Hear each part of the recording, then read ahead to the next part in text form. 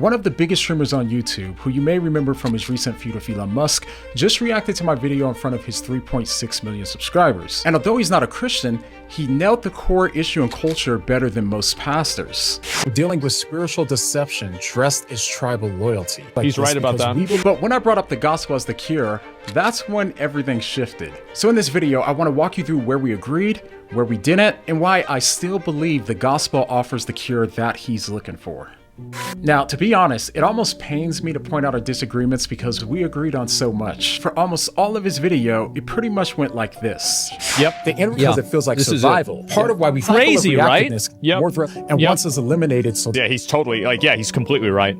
So for the vast majority of his video, he seemed to be agreeing with me on almost everything I said, even agreeing with me on my core assessment of the problem. The things that we subconsciously depend on to justify our sense of self-worth are what we can call value makers. We all have them, and they're usually good things, but they become dangerous when we treat them as foundational to who we are. We're constantly going to these value makers to tell us why we matter, and the easiest way to feel more valuable without even having to do anything is to look down on others who don't have what you believe makes you valuable. Money or whatever. You may need to watch the original video to get the full context, but that's what I argued is the root why things feel so personal and divided today. And up until this point, he completely agrees with me. So it's an easy way to immediately define a problem without having to think about it. No, I could call it a tribe. No, that's what it is. Yeah, he's totally he's completely right. Okay, so it seems we agree on the problem, but if we're seeing the same problem, then why are our solutions so different? Well, that's because where you get value from determines everything else. And here's where he poses a solution to the value maker problem, in which he raises a really interesting solution, although I don't believe that it can actually solve the problem. I think that if you build your identity on something that you didn't earn, you're always going to have problems and you will have issues just down the line with like 50 different things. And so what you're really seeing in these cases is that people that are defining themselves on things that they can't control and they don't have any ownership of, the only people that do that are losers that don't have anything else going for them. So they take pride in things that they had no control over.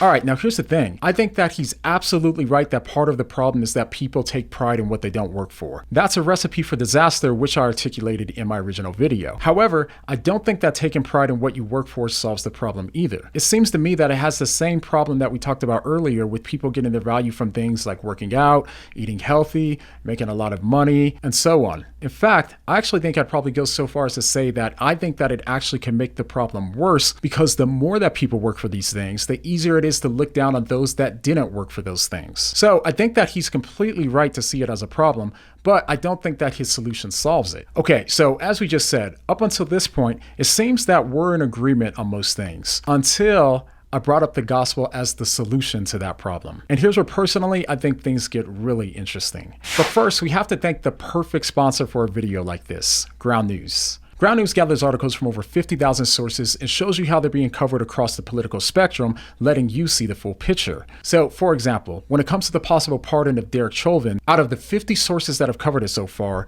42% lean right and 29% lean left, but they're covering the story from entirely different angles. The left emphasizes how people on the right are mobilizing to enable political violence, while the right emphasizes the possible unrest that will come from the left as a result.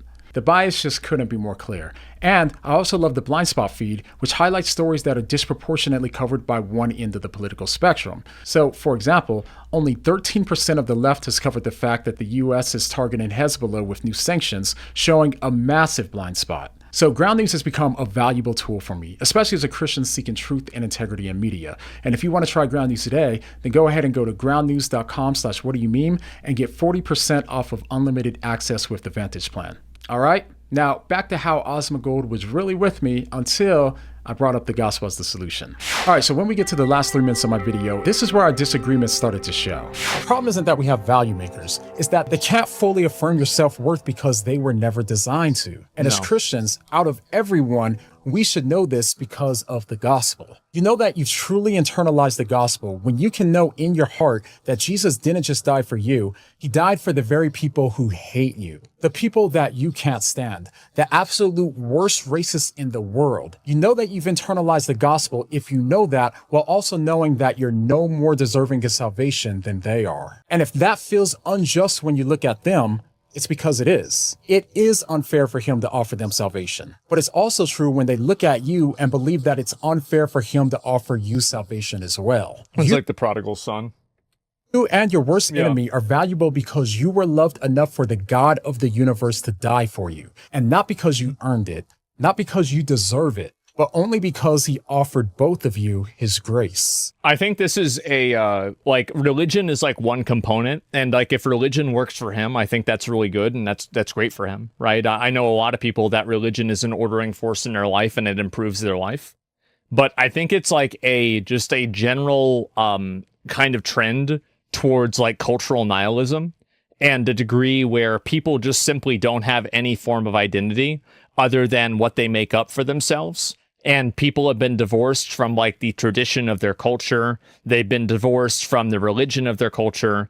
And they're kind of treated as this interchangeable business unit of like of a commodity. And I think that that's just not what people are.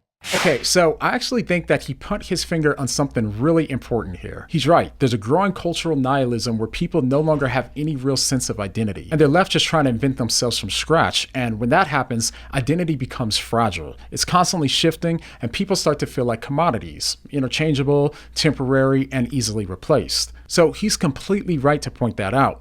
But here's where I think that the gospel takes his insight even deeper. The gospel message doesn't just give you an identity, it roots your identity in something unshakable and unchanging. And the problem with all of these other value makers is that they make you fragile because they're fragile. I mean, really just think about it. If your core value maker is how much money you make, when you're making a lot of money, then you're naturally going to get arrogant and start looking down on others. But when you're not making a lot of money, then you're going to feel worthless and empty. Or if your core value maker is in a person, well, people change, they're unpredictable, and eventually people die. So when it comes to these value makers, you're always going to be worried about losing them, which makes you insecure and fragile. And this is why I said that getting your value maker in the gospel is fundamentally different. Again, he's absolutely right here. People are looking for something solid and something that they didn't make up. But where we may differ is that I believe that the gospel gives you one identity that you don't have to build or defend. And honestly, I can't think of anything else that comes even close to that. Okay, let's keep going because I think it continues to get more and more interesting. Don't have to defend your race like your worth depends on it. You don't have to drag the other side down just to lift yourself up. Your identity is no longer built on the tribe, it's built on the cross. So yes, fight for justice, but don't fight like the world. Don't cling to your tribe like it's your salvation. It's not. This whole world and all of these worldly titles causing division are fading away. Jesus didn't die to save your race. He died to save your soul. I mean, this is religion, but I think the real problem is the government. The government not adhering to the law and not enforcing the law accurately and treating people fairly is what causes these race wars. That's what really causes it to happen. Okay, I agree with him, and I totally see what he's getting at. But I also think that if we look at any other government in the world, then we're going to start seeing the same problems. I mean, it seems clear to me that the problem goes far beyond governments or race. Like, even if everyone is the same race, they're still going to find ways to fight and separate. Even when people start off as having the same political beliefs, they eventually still splinter off and separate. The deeper reason why is because when people look to these value makers cause people to stress the differences between themselves and others, rather than stressing the similarities. And by the way, of course, this even happens with religion, which is why you see so much conflict in places where people largely hold to the same religious beliefs. It's the same problem. When people believe that they're ultimately valuable because they're right and other people are wrong, then naturally they're going to start looking down on others who they don't believe are, and then we're back in this same cycle. Maybe you've even seen it in your family, how easy it is to reduce people to what side they're on. And this really is heartbreaking, especially when kids grew up thinking that their value depends on how right they are. But in the gospel, we're all united by our need for a savior, and none of us were capable of earning our salvation. So it's the great neutralizer. And all of this is even more important to keep in mind while listening to what he says next. Because, I mean, the fact is, like, religion helps, but, I mean, I'm pretty sure a lot of people in like, the Middle East, for example, are religious, and they've been fighting each other forever. So, like, it's not like religion solves the problem of, like, war, right? Okay, I actually really appreciate him making this point because not only is it a great objection, but it also gives me the opportunity to clarify something that I didn't in my original video. To be clear, I don't think that religion solves the problem. As I said earlier, I think that it falls into the same issue as any other value maker. What I'm talking about is not having religion as a value maker, but instead the truth of the gospel message as your value maker. The message that you are fully loved and accepted, not based on how hard you work and what you've done, but instead based on the fact that the God of the universe died in your place. So that way, when you stand before God on Judgment Day, your salvation is based on the life that He lived rather than the life that you lived. So this gives you an identity that, if you truly believe it, it can't make you arrogant since you didn't do anything to earn it. And it can't make you more insecure since Christ loves you so much that He died for you and fully accepts you. So this is a different solution altogether. And by the way, don't get me wrong. I get why you might think that I'm just offering one religious solution over another. I get that. But the truth is, I'm really not, because religion tells you to earn your self-worth, and the gospel says that it was offered to you before you could even earn it. Okay, but next he brings up yet another good point and possible objection to what I'm saying, and what he says next. Speak the truth. You see what I'm saying? Do it from a place of peace, not panic. From grace, not ego. From a secure identity, not a fragile one. Because in Christ, you were fully known and fully loved. You were worth dying for, and not because you had the right views or anything good that you've done, but because of who He is. And when that's your foundation, you can finally stop fighting for your value because it was already secured at the cross. Hey, thanks so much. That's what I've always felt like with me, right? Is that's why I don't really I don't spend a lot of time people insult me, or they'll get mad at me, or be hostile to me. Is that I don't really think that it matters what those people say, because my own personal value is what really matters the most. And so if I'm happy with what I'm doing, and I'm satisfied with what I'm doing, then other people's perspective on it doesn't really make a difference. Okay, now that was a really interesting point.